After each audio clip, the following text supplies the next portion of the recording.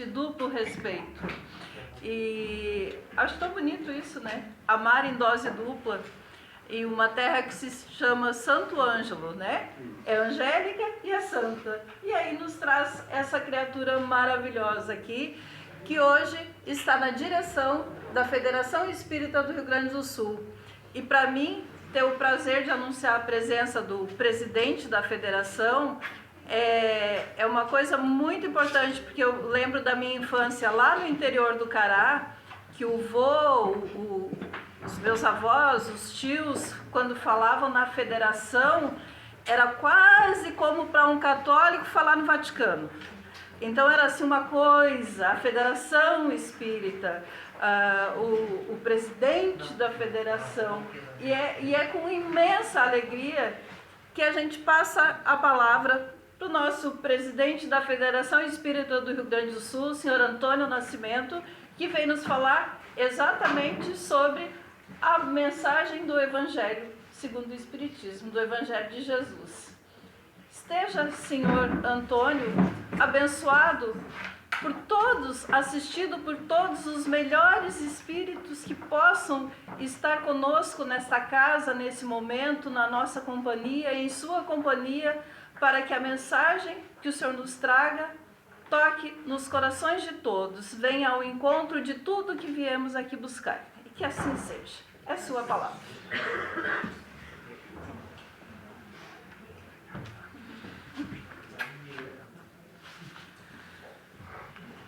Uma boa noite, então, a todos. É uma grata satisfação nós retornarmos para visitar essa instituição. E como a nossa irmã estava comentando, nós estamos na representação nesse momento, até o final do ano, temos esse mandato pelo qual a gente foi eleito pelo Movimento Espírita em 2021, então são 3 anos até o final do ano agora, temos eleições esse ano, já está aberto o processo eleitoral, e a gente vai ver quem o Movimento Espírita vai escolher para ficar a partir de 2025, então, na presidência e também 4 vice-presidentes. E a federação, como você tocou, ela, na verdade, não é um prédio, não é um Vaticano, né, como a gente tem esse Vaticano em Roma, lá, né? Mas ele é um esforço dos espíritas gaúchos, que lá nos idos de 1921, né, depois de um congresso que realizaram aqui em Porto Alegre, na Sociedade Espírita Allan Kardec, né?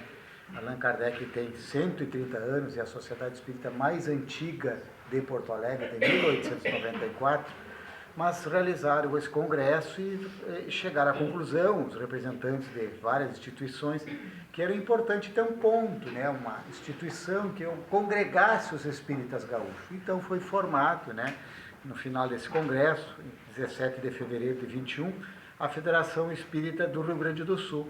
E que nesses 104 anos, que vai praticamente, vamos completar agora em 2025, foram agregando instituições espíritas de todo o estado do Rio Grande do Sul, por livre adesão. Né? A instituição é que decide, eu quero participar desta família espírita, desta organização conjunta. Hoje somos 412, né? E nos organizamos também nos municípios, né? Em uniões municipais, né? E em regiões. Nós temos aqui o CRE12, que temos a UME Gravataí, a UME Cachoeirinha, UME Alvorada, UME Viamão, são 53 uniões no estado e 15 regiões. É uma organização, né, que não tem nenhum objetivo de fiscalizar, mas dos espíritas se apoiarem e se ajudarem. E assim como na Casa Espírita e aqui no Luz Eterna, há uma direção que fica durante um certo período, conforme o estatuto, depois se renova, a nível federativo também a gente vem das instituições onde participa, né? Eu, lá em Santo Ângelo, participava do Grupo Espírita Serra do Mestre, fiquei durante 30 anos lá, e agora aqui em Porto Alegre eu participo ali no bairro Higienópolis, né, da Sociedade Espírita Caridade e Fé, que também completa 100 anos agora, no próximo dia 22 de setembro, né? Mês que vem estamos completando 100 anos. Mas tudo isso existe, né? Porque, se vocês me permitirem, vamos voltar um pouquinho tempo atrás. O ser humano sempre se perguntou. Ele olhava as estrelas e via o firmamento, né? Aquelas luzes que se deslocavam, os cometas, as fases da lua, o sol, a chuva. ele conseguia identificar as estações, né? O inverno, depois do inverno vinha a brotação, vinha o florescimento, vinha as frutas, vinha o nascimento dos animais, da natureza. Então ele via que a natureza se renovava, ele via fenômenos, forças, e ele identificava um poder ali, né? Uma semente que de repente caía dentro do solo, dali um pouco ela germinava, vinha aquela botão, aquelas folhas cresciam em direção ao sol, se transformava numa planta, numa árvore, né? E ela é algo muito, muito impactante para os primeiros humanos. E eles identificavam uma força ali, um poder. E aí começaram a identificar, então, o Deus da fertilidade, o Deus da natureza, o Deus da chuva. E, lógico, depois, né, dentro da evolução e das lutas que foram surgindo para, digamos assim, buscar o melhor território, o melhor local, né, daí surgiu o Deus da guerra. E aí o ser humano foi se organizando, inclusive tentando moldar Deus à sua satisfação e para que Deus também fizesse as suas vontades, né? Então vocês veem que hoje muitas das lutas, às vezes que acontecem, das lutas fratricidas, até são guerras religiosas, quando, né, no íntimo da pessoa, ele tem até aquele pensamento religioso, ele tem um objetivo de, digamos assim, de protagonismo e de supremacia, quando as pessoas dizem o meu Deus é melhor, e aí logicamente você não aceita o diferente, que se consideram infiéis. Mas o ser humano foi buscando esta jornada, né? E nós tivemos, dentro do processo de evolução, né, há em torno de 1400 anos atrás, um hebreu, né, que foi considerado uma espécie quase que de profeta, né, e que ajudou a sair os hebreus lá do cativeiro do Egito. E esse hebreu se chama Moisés. Moisés teve uma tarefa interessante, porque ele foi o primeiro que trouxe a ideia de que não tinha muitos deuses. Havia um Deus só, Deus, tá? E lógico que ainda era um Deus deles, assim, eles queriam assim ter a supremacia, que é Deus, né? E buscou, inclusive, estabelecer com que o povo entendesse o que Deus queria. Aí ele sobe no Monte Sinai e desce, né, com as tábuas da lei, com os 10 mandamentos, que traz um princípio da lei de justiça. Dos 10 mandamentos, 8, eles vêm dizer assim, ó, não faz isso, não mata, não rouba, não presta falso testemunho, não adulterarás, não faça calúnia, né? Honra pai e mãe, honra a Deus, né? a Deus sobre todas as coisas. Então ele traz basicamente a regra do que nós não devemos fazer para o outro, para que a gente possa viver em harmonia. E era esse o objetivo, porque se a humanidade continuasse naquela luta, inclusive por escravidão e luta por supremacia, certamente nós não iríamos evoluir, não iríamos nem nos multiplicar e talvez não sobrasse ninguém. Então Moisés diz, ó, não mata, não rouba, não faz isso, aquilo, vamos cada um tentar não fazer para o outro o que a gente não gostaria que fizesse para si mesmo. Fica na tua, acha o teu espaço, vai tocar a tua vida e vamos nos resolver. Tu não precisa conviver com outros, tu não aceita, fica longe, faz tua casa para longe, e eles inclusive foram em busca da terra prometida.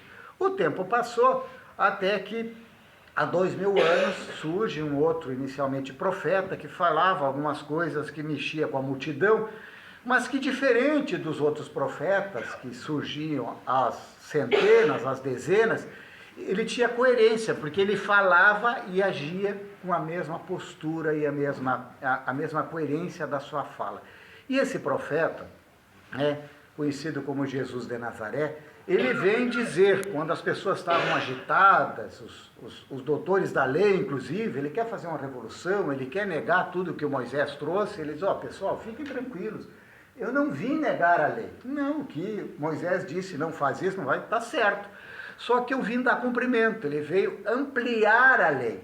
E ele disse assim, ó, toda a lei, os 10 mandamentos, né, e os profetas antigos do Antigo Testamento, todos eles, a gente pode resumir em amar a Deus sobre todas as coisas, quer dizer, nós realmente não somos matéria, há uma força que rege a matéria, Há uma força que faz com que a semente germine, com que haja o nascimento, o crescimento, que haja as estações, que haja as estrelas, que haja as fases da lua, que haja tudo que a gente conhece na natureza e que torna, né, a natureza, principalmente quando ela é preservada, tão bela. Pode ser um jardim, pode ser um campo, pode ser um vale, pode ser um mato, é tão bonito. E na cidade pode ser feita, se ela estiver bem limpa, bem cuidada, tudo, faz parte do equilíbrio natural. Mas Jesus vem dizer assim, amar a Deus sobre todas as coisas, e ao próximo como a si mesmo. Então ele apresenta para nós aquilo que a gente conhece como a lei de amor.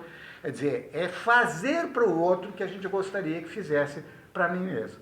E aí ele então estabelece, quer dizer, eu não preciso viver longe do outro, eu não vou fazer para o outro o que eu não gostaria, mas para mim me aproximar do outro, como é que eu tenho que fazer? Tem que ter uma regra de boa vizinhança. Tá? Eu sou lá do interior, como já foi falado, em Santo Ângelo, e era muito comum assim a gente estabelecer regras de vizinhança. Então, se um vizinho lá, por exemplo, ele matava um animal, fazia uma res lá, carneava, fazia linguiça, fazia um charque, ele distribuía para os vizinhos um pouco, né? Era um bom vizinho, né? Aí, se ele colhia lá uma quantia de arroz, ele também distribuía um saco, outro para os vizinhos. E da mesma forma, quando o vizinho fazia, ele trazia. Isso aí ajudava, fazia com que sempre tu tivesse essa troca assim, né? Isso é aquela boa vizinhança. Até hoje nós certamente ainda temos mesmo, nós aqui nas metrópoles, né? Temos bons vizinhos, que de repente a pessoa faz, a gente sente um cheirinho bom lá, que está fazendo aquele bolo que eu gosto tanto, aquele bolo tem milho, meu Deus do céu. Dali um pouco ela aparece lá com uma fatia, assim, mas que beleza. Agora um cafezinho, esse bolo de milho no inverno não tem coisa melhor. Então isso é bom. Então, assim, quando eu faço para o outro o que eu gostaria que fizesse, eu estabeleço o vínculo, eu me abro para o próximo, tá? Não significa que, logicamente, como a gente falava com o João ali, comentando antes, a gente encontrar as pessoas na convivência, o outro às vezes vai pensar diferente da gente. Vai ter dias que, de repente, o humor, o estado de espírito, a ansiedade, a angústia, até a forma com que ele sofre, recebe algumas influências, que às vezes não são deles. São influências espirituais, faz com que às vezes ele esteja triste, ele esteja ansioso, às vezes ele até esteja agressivo e às vezes não é ele. Às vezes não é ele, tá? Se a gente quiser estudar um pouquinho melhor, lá na questão 459, Allan Kardec tem a oportunidade de perguntar. Na sequência, a gente consegue entender um pouco mais. Se os espíritos influem na nossa vida, e ele diz, bem mais do que imaginais. Muitas vezes são eles que vocês dirigem. Mas o tempo vai passando, a civilização vai mudando, a tecnologia vai mudando, vai vindo mais informações, e a humanidade vai vivendo, vai dando conta, né, do que comer, do que vestir, de onde morar. E aí nessa luta do dia a dia é muito fácil eu me materializar, eu me esquecer de Deus. E achar que o que é mais importante, né, que é importante sim, é importante eu viver com dignidade, eu estudar, eu trabalhar, eu cumprir com meus deveres legais, sociais, eu tenho que fazer isso para me organizar. É importante sim. Por isso, é justo que a gente lute para ter a posse do necessário, que é a primeira condição para a felicidade, né? Porque se eu não tenho nada, eu dependo de todo mundo, eu vou me tornar um fardo para o outro. E ninguém gosta de depender, na verdade, para os outros, né? Se eu me acomodar, aí falta certamente muito mais coisa, eu estou bem desestruturado mental e emocionalmente. Agora, quando eu faço a minha parte e tudo, fica mais fácil, eu posso até ajudar o outro, eu posso receber ajuda, isso não há problema nenhum, você me ajuda. Quantas pessoas são ajudadas? Eu preciso fazer um curso, de repente vai lá o tio, o amigo, às vezes a empresa, me dá uma mão aqui para mim fazer, porque eu vou melhorar, daqui a um pouco eu vou recuperar. Isso é importante, a gente precisa de apoio, e às vezes tem que buscar mesmo, a gente tem que saber buscar. Porque se eu fico esperando as coisas acontecer, né, Jesus diz, bata e a porta vai se abrir. Procura e você vai achar. Quer dizer, eu tenho que ter essa proatividade, né? Se o meu coração é bom, se o meu desejo é sincero, certamente Deus de alguma forma vai prover e vai me criar as condições.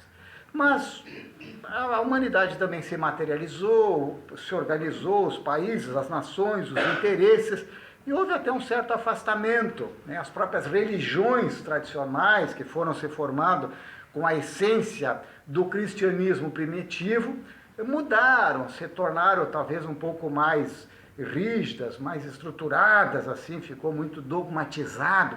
E a própria humanidade, assim, não encontrava as respostas adequadas lá. E aí a fé, com a evolução do conhecimento, o pessoal começou a questionar, né? Começou a questionar e, tá, mas já não me atende, não me responde e tal. E, naturalmente, uma parcela da humanidade acaba se afastando da religiosidade ou fica assim, fica com o pé lá e o resto toca. De repente ia na igreja uma vez por semana, meio que, sabe, é bom ter uma certa reserva, deixa um pezinho lá, mas no dia a dia, às vezes não fazia o esforço para viver conforme tanto a lei mosaica, os 10 mandamentos, e com a lei de amor de Jesus.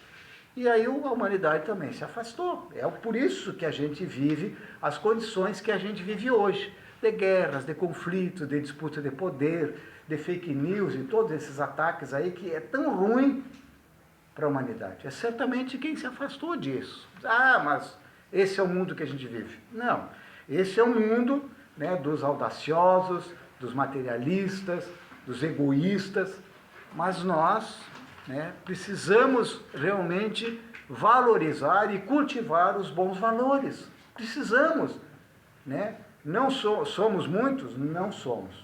Na verdade, não somos. O próprio Jesus disse, a vida vai ser muito lutada, nós vamos ter aflições, vocês vão ter, mas tem de bom ânimo, eu venci o mundo dessa superação, dessa luta, dessa escolha, que às vezes parece fácil eu descer uma faixa aberta lá, a porta larga, quando o convite é para mim renunciar, é para mim escolher, é para eu agir corretamente, é para eu ter uma escolha que me desafia, né, que faz com que eu renuncie a tantas facilidades, né? O fato de nós estarmos aqui hoje, a gente fez uma escolha, talvez uma renúncia, alguém está renunciando novela, uma série, quem sabe até um convite para um aniversário, uma festa, alguma coisa, eu tinha que fazer essa escolha, tá? Mas onde é que eu vou botar, onde é que eu vou buscar algo que seja bom? Eu tenho que pensar qual é o tesouro que eu estou buscando na minha existência.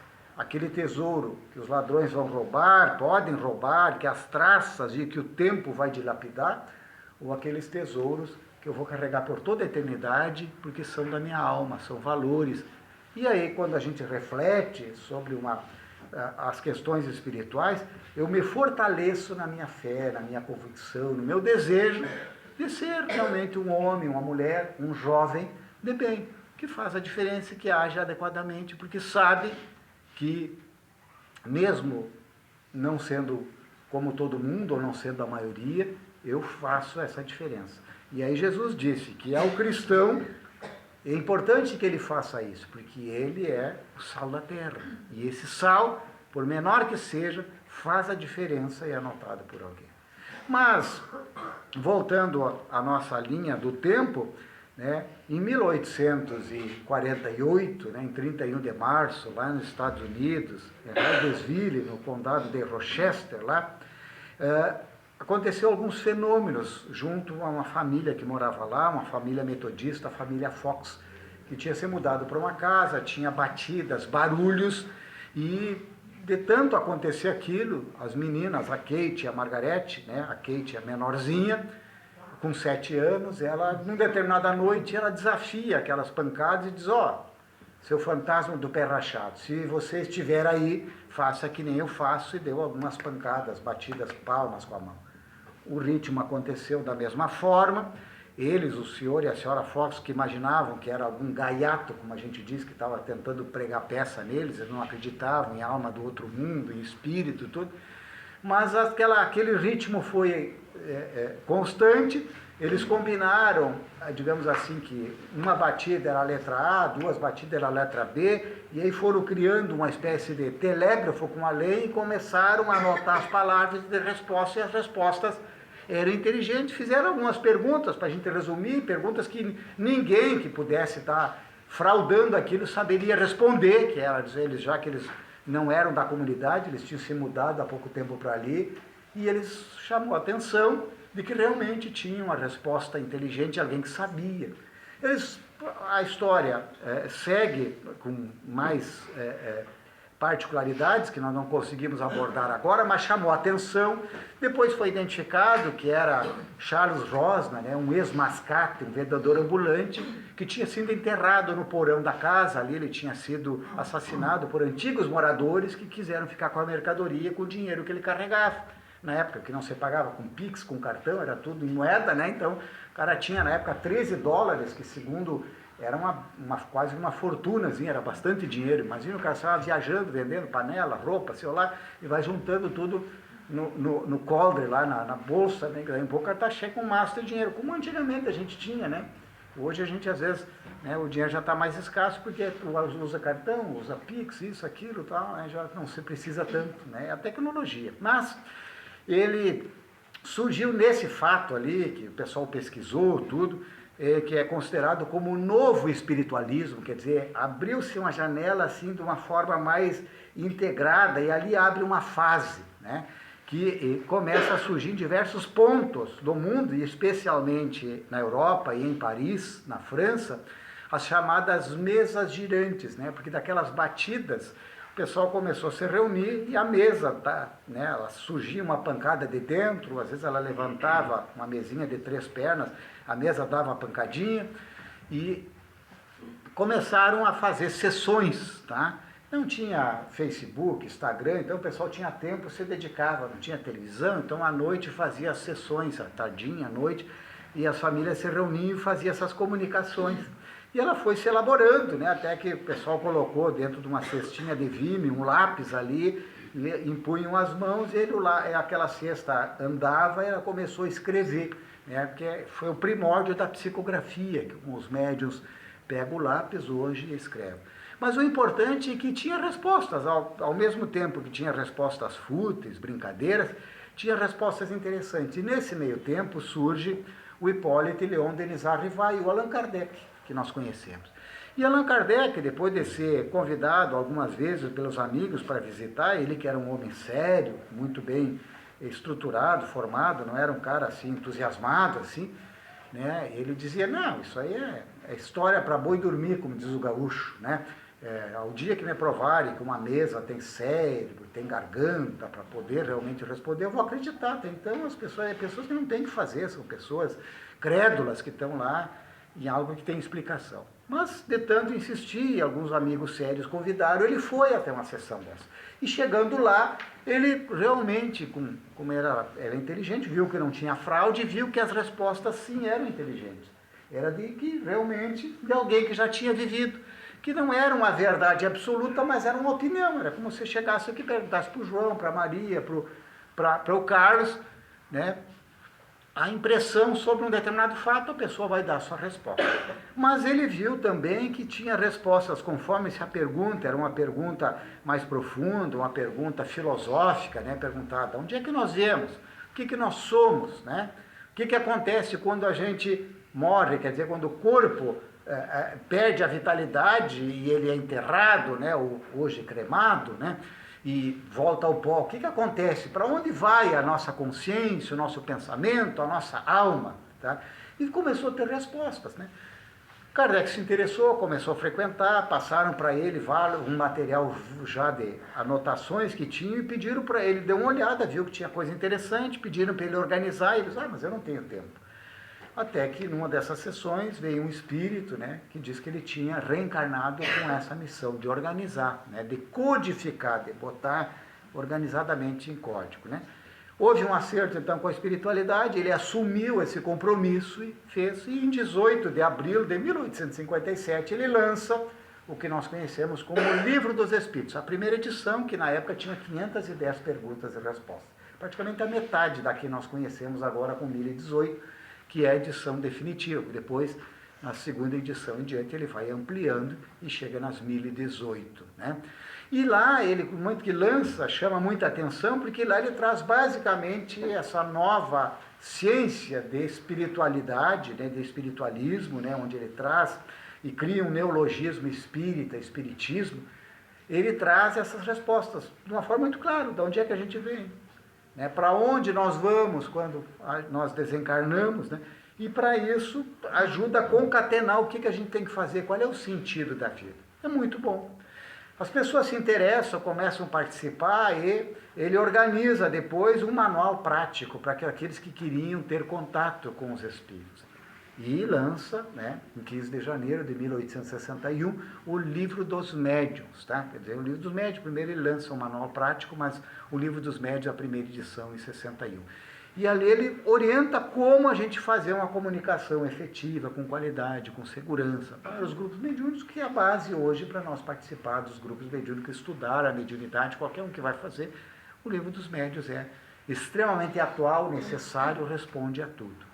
Mas Kardec faz essa etapa, ele que começa nessa tarefa sem exatamente saber o que os espíritos querem, e ele se dedica bastante e pede depois que ele se retire um pouquinho, ele vai para o litoral da França, né, para a zona litorânea, vai inclusive sozinho para repousar, para se preparar, e os espíritos dizem que ele vai produzir, naquele momento, uma obra muito importante para a humanidade.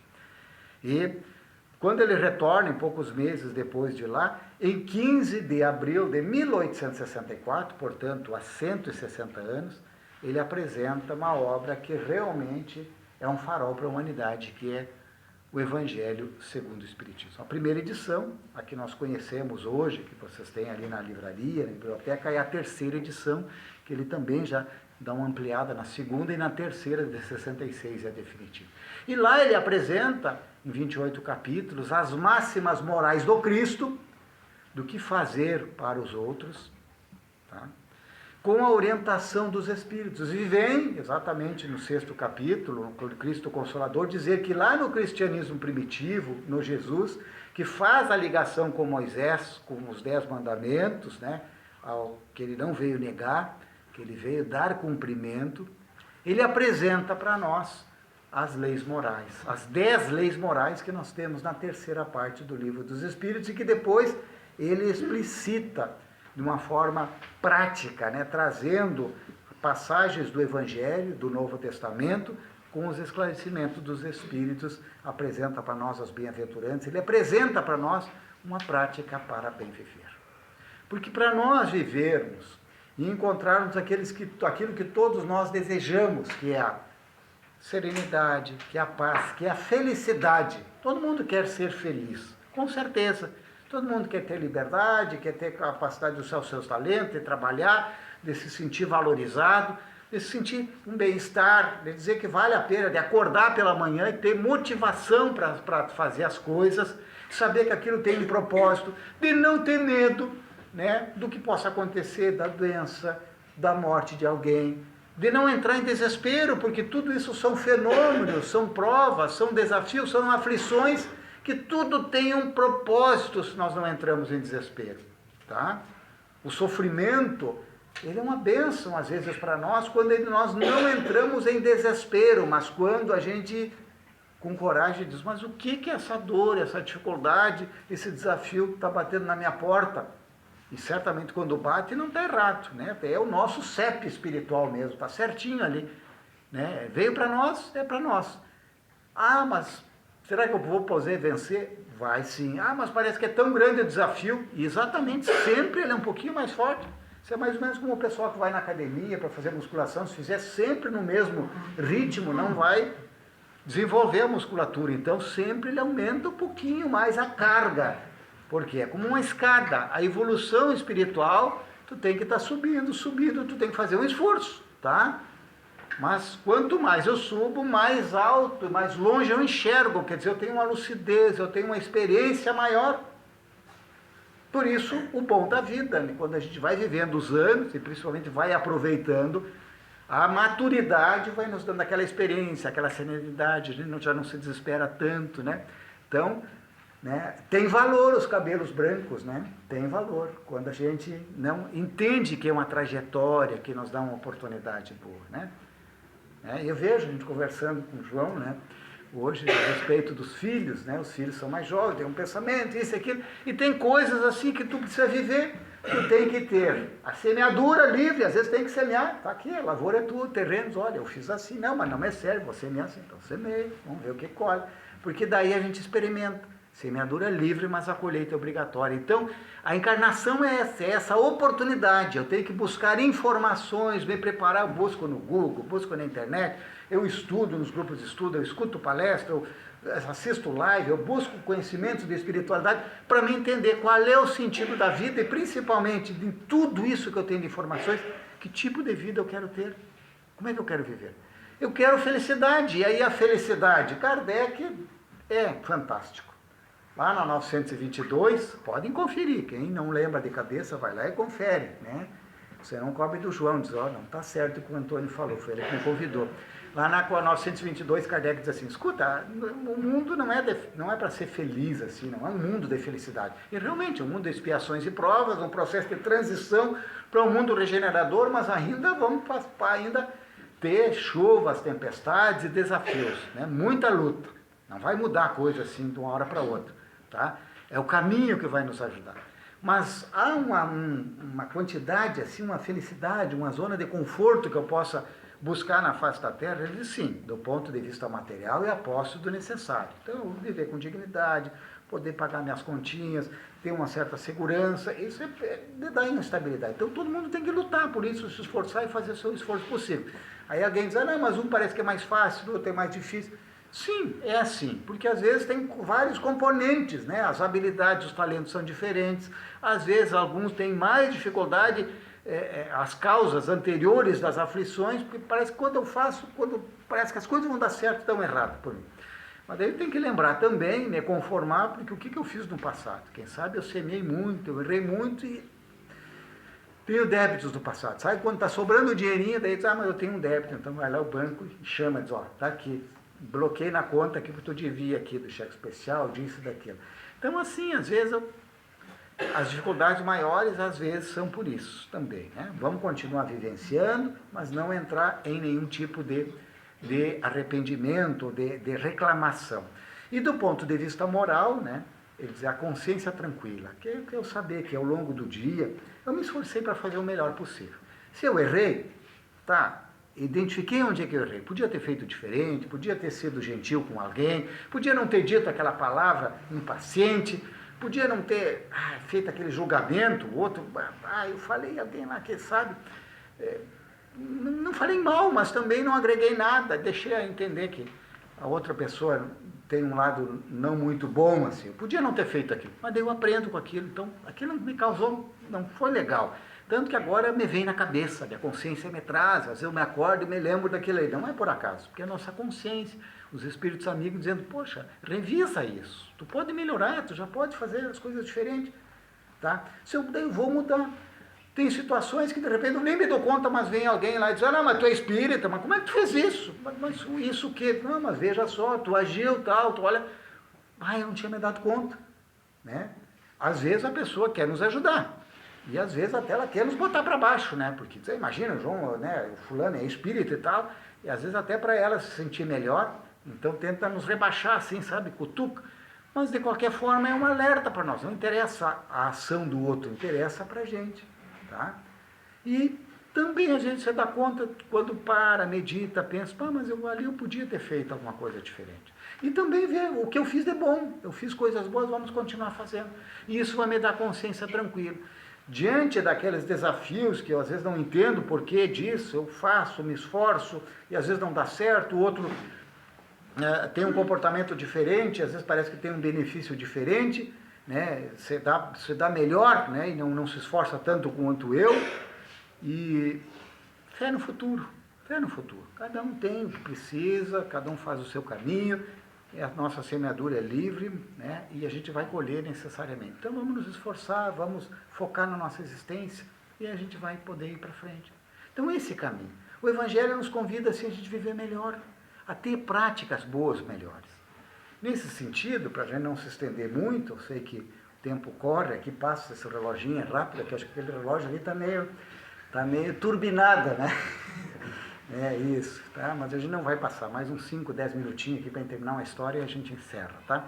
E essa história é a história de um bilionário da Nigéria. A Nigéria é o maior país da África, o 5º país do mundo, país lá da África que a gente sabe que vai crescer bastante, eles têm muitas riquezas, muitos minérios e certamente resolvendo, assim como vários outros países do mundo, resolvendo questões econômicas, sociais, políticas, educacionais, temos um potencial de melhorar esse caminho das nações que superarem esses desafios e principalmente conseguirem manter a união, a harmonia e a paz nos seus territórios. Pois bem, o bilionário ele se chama Femi Otedola. Ele existe de verdade, se quiserem pesquisar na internet também vão conhecer a história do Femi Otedola. E o Femi, por ser bilionário, ele foi convidado para uma entrevista lá de um radialista e ele aceitou, né? Fazendo a entrevista, o radialista fez várias perguntas sobre a história dele, era um cara muito bem sucedido, e até que o radialista fez uma pergunta que ele não esperava. Perguntaram para o Femi: seu Femi, quando é que o senhor se deu conta que o senhor é um homem feliz? O pressuposto do jornalista é que, claro, o cara é bilionário, necessariamente é um cara feliz. O cara, imagina, o cara tem bilhões, não é milhões esse da Mega Sena, isso aí é coisinha, isso é troco, é bilhões, bilhão, tá? Ele parou, pensou, meditou, né, sorriu, entendeu onde é que o rapaz queria chegar e ele diz assim: meu amigo, eu tive 4 estágios da felicidade. O primeiro estágio foi quando eu terminei meus estudos, eu terminei uma formação técnica, profissional e comecei a trabalhar. No final do mês eu tinha dinheiro, que eu não ganhava antes, porque eu estudava só. E quando eu ganhei o meu dinheiro, não, foi uma beleza. Eu já não precisava enfilar comida na casa do tio, eu não precisava assim, escolher se ou vou no cinema, ou ando de ônibus, ou faço isso, aquilo. Eu sempre tinha que fazer uma escolha assim para poder fazer. Então ele tinha o dinheirinho dele contado, mas dava para organizar, ele já não dependia de ninguém. Chegava no final do mês, ele tinha o recurso dele, podia gerenciar a vida dele, tomar as decisões dele, né? Em vez dele esperar lá para conseguir comprar uma calça, uma camisa, ele podia se planejar. Esse mês, então, vou comprar aquela calça, o outro mês eu vou me organizar lá e vou comprar o tênis, e ele podia fazer. Então, ele tinha o quê? A posse do necessário. Foi o primeiro estágio da felicidade, tá? Mas eles, olha, eu continuei trabalhando, tudo isso é essencial, foi bom, mas eu continuei trabalhando. E dali um pouco, comecei a trabalhar, foi dando certo as coisas. E quando eu via, eu era um cara econômico, não gastava, nunca gastei tudo que eu ganhava, sempre guardava um pouco, guardava, investia na poupança, renda fixa, sei lá, essas coisas aí, que cada um faz as suas escolhas, mas sei que ia juntando lá e o dinheirinho foi crescendo. Quando eu vi, eu era milionário, eu já tinha milhãozinho guardado lá. E como tinha já um dinheiro bom, que eu não ia gastar tão rápido assim, eu já me permiti, podia fazer uma viagem. Aí já estava casada, e a patroa disse: mas nós podíamos ir para a praia lá, vamos pagar aqui, vamos fazer comprar no cartão aqui as passagens, aí vamos lá para o Nordeste, lá para a praia da África, lá, vamos lá para Marrocos, lá para cima, para o Mediterrâneo e tal. E ele podia fazer, então ele já podia fazer aquilo que não é o normal do dia a dia, que não precisava, não era posto necessário, era tipo uma extravagância, que é bom, mas para fazer isso a pessoa tem que ter dinheiro sobrando, senão não consegue fazer. E ele conseguia fazer, não, mas agora está na hora de comprar um carro, tal, queria comprar um carro, trocar o carro, comprar um carrinho novo. Ele ia lá, então comprava com um carro, pagava à vista, pronto, acabou. E aí eles falaram: já tive outro estágio de felicidade, de conseguir comprar coisas, de conquistar coisas assim, tá? Mas era um estágio de felicidade, dali um pouco era a mesma coisa, eu podia viajar para lá ou para cá, mas era a mesma coisa. No fim era a viagem, mudava o hotel, mudava a praia, mas era tudo a mesma coisa, já não tinha a mesma sensação que as primeiras vezes, tá? Fazia, porque a mulher gostava, tá? Ia junto, tinha que tirar umas férias, levar depois os filhos, mas já não tinha a mesma sensação. Continuei trabalhando, investia nas empresas, as coisas foram dando certo, eu sempre trabalhava várias horas por dia, administrava, fui sempre eu tinha uma boa estratégia, e quando eu vi, os milhões foram se acumulando, e quando eu vi, eu era bilionário. Quando eu fiquei bilionário, eu fiquei muito importante, né? Fiquei muito importante. As pessoas me convidavam, eu era convidado para a Associação dos Comerciantes, dos industriários, tínhamos eventos lá, todo mundo, o pessoal queria que eu estivesse junto, vinham me pedir conselho, eu tinha poder, né? Interesse. E aquilo era bom, o pessoal me procurava, todo mundo queria saber minha ideia, me convidava para padrinho disso, para casamento, para festa, e toda outra coisa. No início também, aquela satisfação de eu ser poderoso, ser considerado, todo mundo, seu Femi, e tal, coisa e tal. Era bom, mas daí um pouco também já começou a chatear, porque era tanto convite que eu não conseguia, tal, às vezes eu queria ficar quieto, descansar, já não queria toda aquela situação, já começou a se tornar um fardo, porque também tinha gente que queria se aproveitar, tá?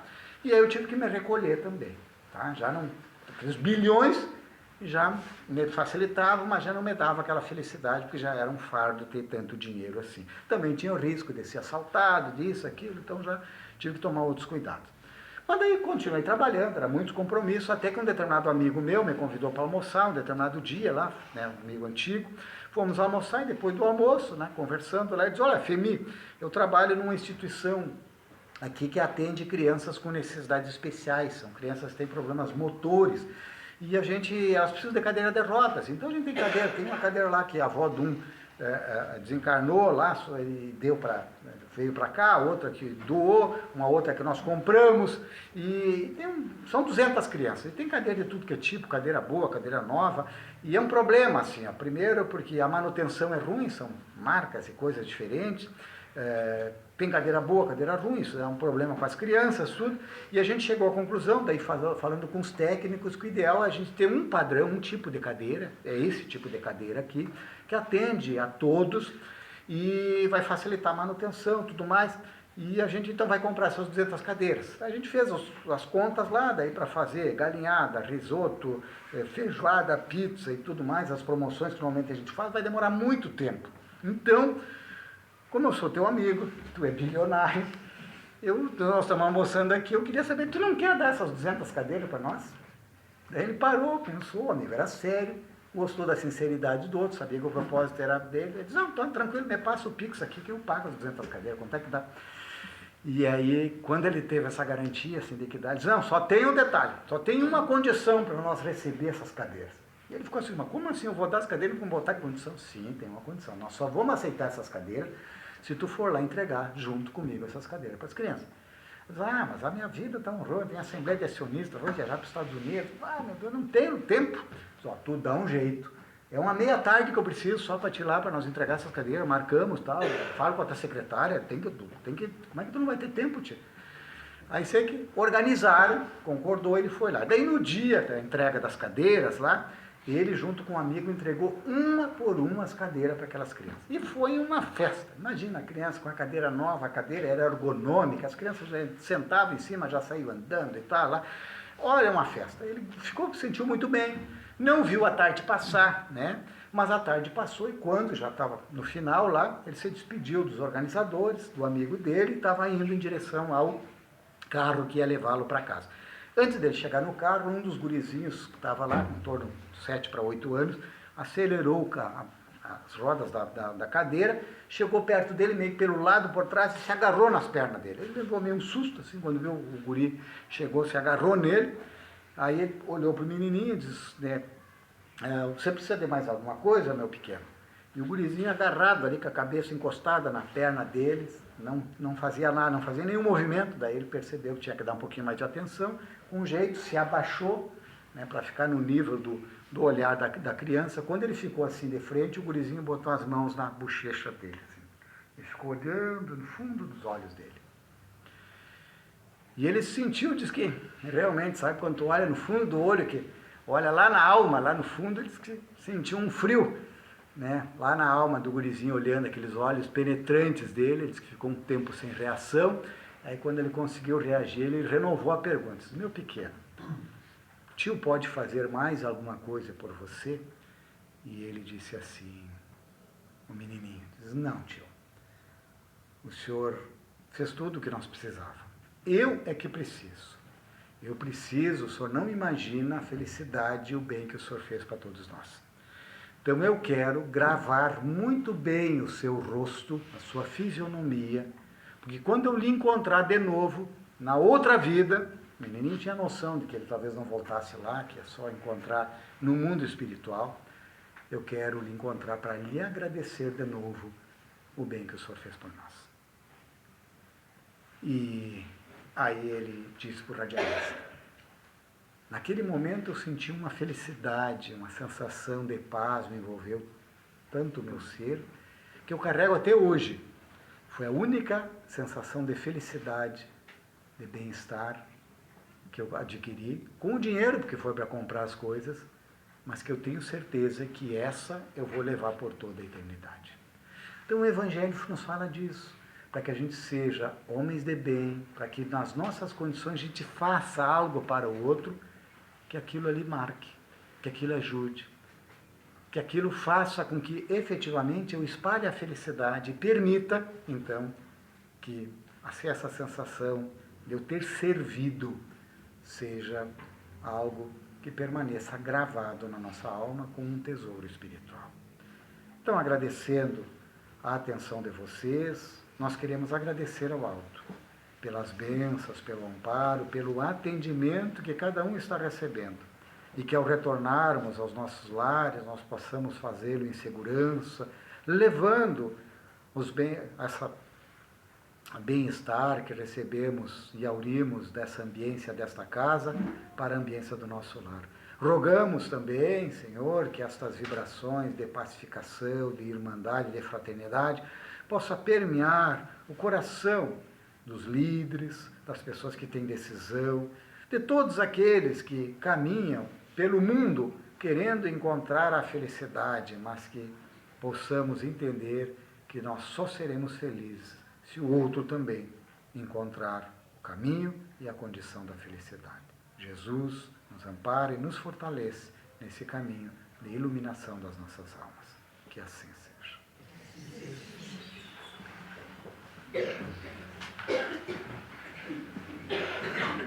Muito obrigada. Então tá. Coisa boa, né? Muito obrigada. Meus queridos, nós temos, hoje foi mais um dos presentes que a gente ganhou, né?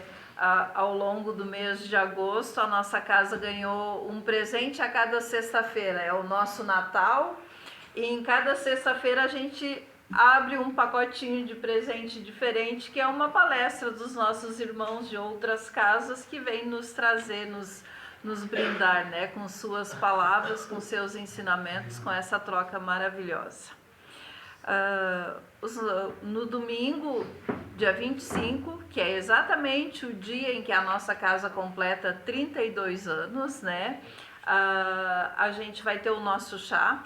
Todos estão convidados, todos, e vai ser maravilhoso, porque vai ser a segunda edição do nosso chá com o tema Memórias e Histórias. É um chá à moda antiga.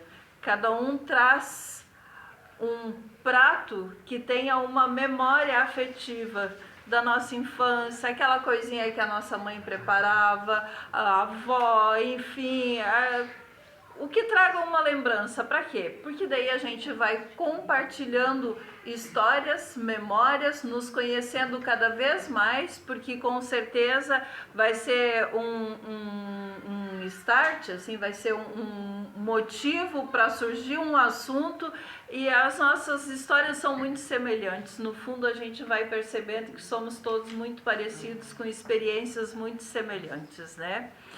Agradecemos a presença de todos, em especial do nosso querido palestrante, Antônio.